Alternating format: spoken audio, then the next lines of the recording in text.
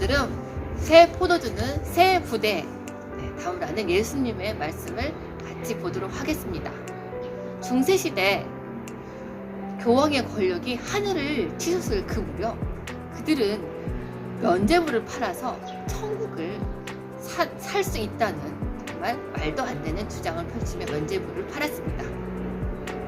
루터는 95개조 반박문을 발표하며 이것이 잘못되었음을 발표했고 그것은 종교개혁의 시작이 되었었죠.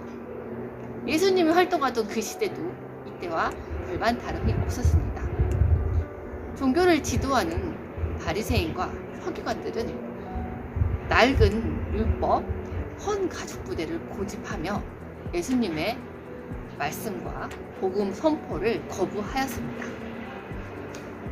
하나님을 사랑하고 이웃을 사랑하는 그 말씀은 어디로 갔지?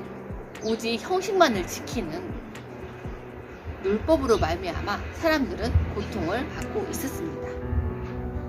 전통에 갇혀 본질을 거부하는 그들의 모습을 보며 예수님께서 새 포도주는 새 부대에 담아야 된다 라고 말씀하시는 그 말씀을 우리가 생각하며 헤아려 보도록 하겠습니다. 큰 무리를 가르치던 예수님은 그곳에서 바로 한 사람을 불렀습니다. 그는 바로 세리인 알페오 아들 레위인 마태였습니다. 그는 그곳에서 배가 들락날락한 그곳에서 세금을 받아서 로마에게 납부를 하고 있었습니다. 그가 하던 직업인 세리는 굉장히 유대인들한테 멸시를 받는 직업이었습니다. 당시 로마의 하수인으로서 민족 반역자라는 그런 취급을 받았고 심지어는 개취급을 받았다라고 말할 수 있을 만큼 사람들의 멸시를 받았습니다. 마치 돈을 위해서는 개처럼 살아가는 사람이다 이런 취급을 받은 거죠. 그렇다면 왜 예수님은 세리였던 마태에게 관심을 보였을까요? 예수님은 현재 그의 상태, 세리였던 그의 상태를 본 것이 아니라 장차 변화될 그를 보았습니다. 현재 그는 돈과 권력의 노예로 살고 있었고 그러나 예수님은 그것을 본 것이 아니라 앞으로 주님을 따르는 제자가 될 것을 믿고 그를 보았습니다. 예수님의 관점은 사람들과 달랐습니다. 그렇다면 어떻게 해서 그런 예수님의 follow me, 나를 따르라 하는 반응에 즉각 마태는 응답할 수 있었을까요? 마태는 자기 동족들에게 그런 취급을 받고 살면서 굉장히 고민했었고 굉장히 마음을 아파했을 것입니다. 자신이 왜 이렇게 살아가야 되는지, 또 벗어나고 싶지만 벗어날 수 없고 다 버리고 새롭게 살고 싶지만 용기가 없었습니다. 그러한 때 이 죄 없으신 거룩하신 하나님, 그분께서 마태를 부르는 거죠. 정말 그 부름에 즉각 자신이 가지고 있었던 모든 것을 다 떨쳐버리고 마태는 즉각 반응하고 헌신합니다. 빛의 부르심에 반응한 것입니다. 그분을 쫓아서 벌떡 일어선 것입니다. 하나님의 영광의 빛 앞에는 계산이 없는 것입니다. 빛을 만나 새로운 소망을 찾은 바로 마태는 잔치를 베풀었습니다. 잔치는 언제 하는 것입니까? 정말 기쁘고 즐거울 때 하는 것입니다. 그는 형용할 수 없는 기쁨의 천국 잔치를 열었습니다. 그곳에는 자기와 같은 취급을 받는 세리들이 많이 왔을 것입니다. 또한 헐벗고 굶주린 사람, 병들고 소외된 사람들도 왔습니다. 또한 바리새인과 서기관 같은 지식인들도 왔습니다. 예수님을 모신 잔치에는 각종 사람들이 왔습니다. 현대 우리 사회에 정말 가난하고 소외된 사람은 누구입니까? 실업자, 탈북자, 폭력을 당한 사람, 고시원의 취준생들, 보육원의 아이들, 독거노인, 장애인 것입니다. 우리도 정말 이들을 초대할 수 있는 천국 잔치를 베풀었으면 좋겠습니다. 바리새인들은 이 죄인들과 식사하는 예수님과 제자들을 비판합니다. 그들은 비판의 관점에서 예수님과 사람들을 바라보았습니다. 당신은 천국 잔치 속에서 기뻐하는 사람입니까? 아니면 비판하는 사람입니까? 그러한 자들을 향해 예수님은 자신이 오신 목적을 분명히 얘기하십니다. 건강한 자에게는 의사가 쓸데없고 병든 자에게 의사가 쓸데있느니라. 나는 의인을 부르러 온 것이 아니라 죄인을 부르러 왔노라. 예수님께서 왜 오셨는가? 이것이 바로 복음의 핵심입니다. 예수님은 탄생에서 죽음까지 사람을 살리기 위해서 섬기러 오신 분입니다. 바로 섬김의 절정은 십자가입니다. 예수님은 잃어버린 자를 위하여 오셨습니다. 예수님은 우리의 절규, 사람들의 절규와 아픔, 신음소리를 들으십니다. 예수님을 만나면 인생의 의미를 알게 되는 것입니다. 병든 자에게 의사가 필요하듯이 우리 같은 죄인에게는 예수님이 필요합니다. 자, 우리 예수님께 손을 내밀읍시다.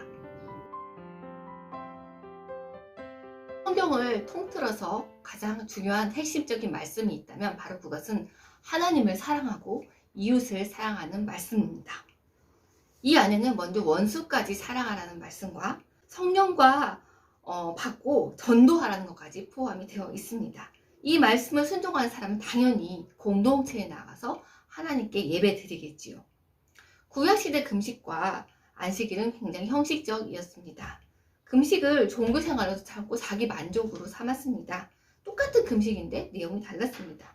요한의 제자와 바리새파 사람들은 금식이 율법화되어서 날짜와 때, 성식을 지키는 게 중요했습니다. 목적은 없고 방법만 남은 것이죠. 그들은 헌 가죽 부대였습니다.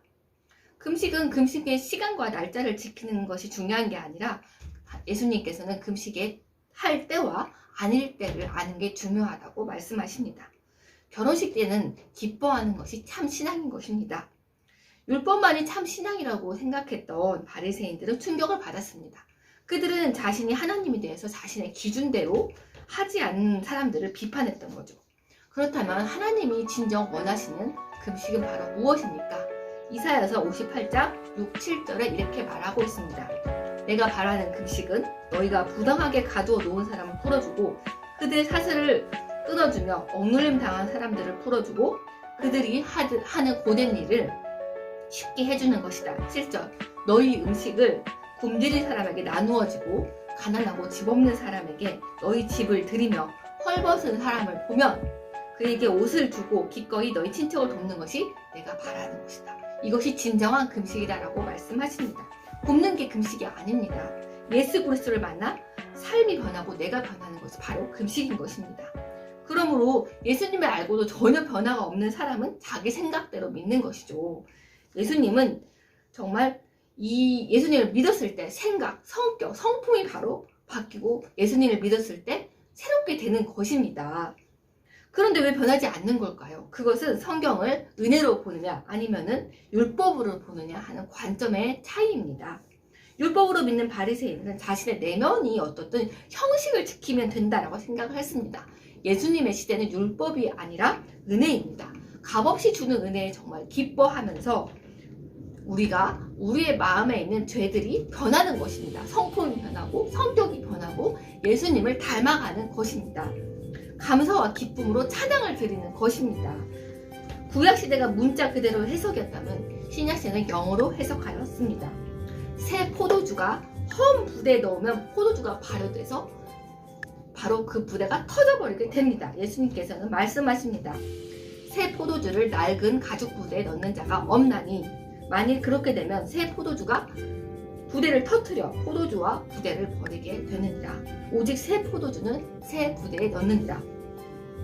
새 포도주는 형식 그대로의 신앙이 아닌 바로 하나님의 영의 신앙입니다.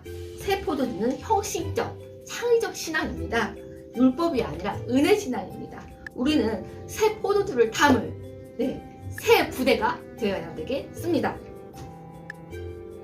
예수님이 밀밭 사이로 지날 때 이삭을 자르셨습니다. 그때는 또 안식일이었습니다. 안식일을 지키는 것은 율법의 시대 사람들에게는 정말 생명과 같은 것이었죠. 안식일을 때 해서는 안 된 일을 해서 율법의 형식대로 잣대를 대었습니다. 그러한 그들에게 예수님께서 말씀하십니다. 그들은 하나님의 계명을 저버리고 사람의 전통을 좋아하는구나. 그리고 그들에게 예수님은 충격적인 선언을 하십니다. 안식일은 사람을 위하여 있는 것이지 사람이 안식일을 위해서 있는 것이 아니다. 나는 바로 안식일의 주인이다 하고 말씀하십니다.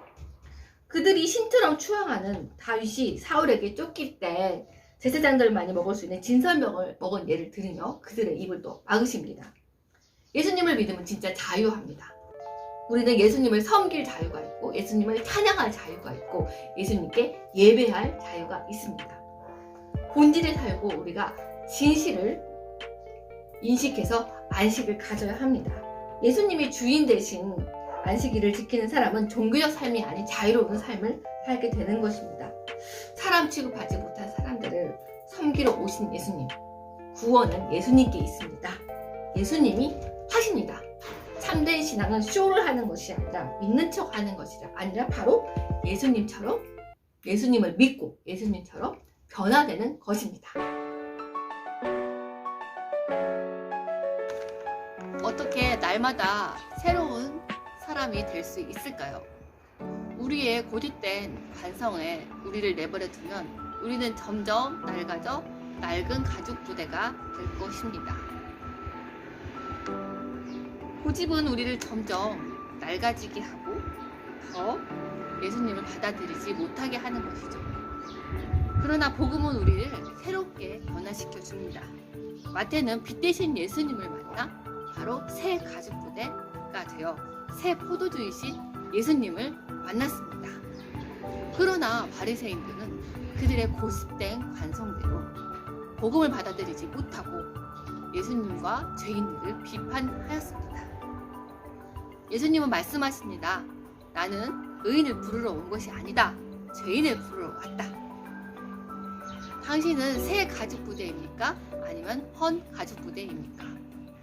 내가 변하지 않으면 세상도 변하지 않습니다. 자기 중심적인 생각, 잘못된 성품, 자신이 기준된 잘못된 관습을 버려야 됩니다.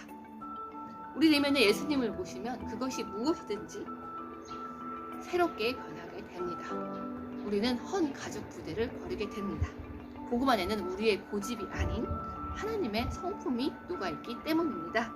복음 안에서 우리는 날마다 새롭게 창조되게 됩니다. 예수께서 죄 많은 우리를 위해 죽으시고 부활하셨습니다. 우리는 값없이 주신 그 은혜로 말미암아 더 기뻐함으로 종교적 삶이 아닌 은혜의 삶을 살아가도록 하야겠습니다. 복음 안에서 새 가죽 부대가 되어서 날마다 새롭게 되는 오늘을 살아가도록 합시다. 할렐루야.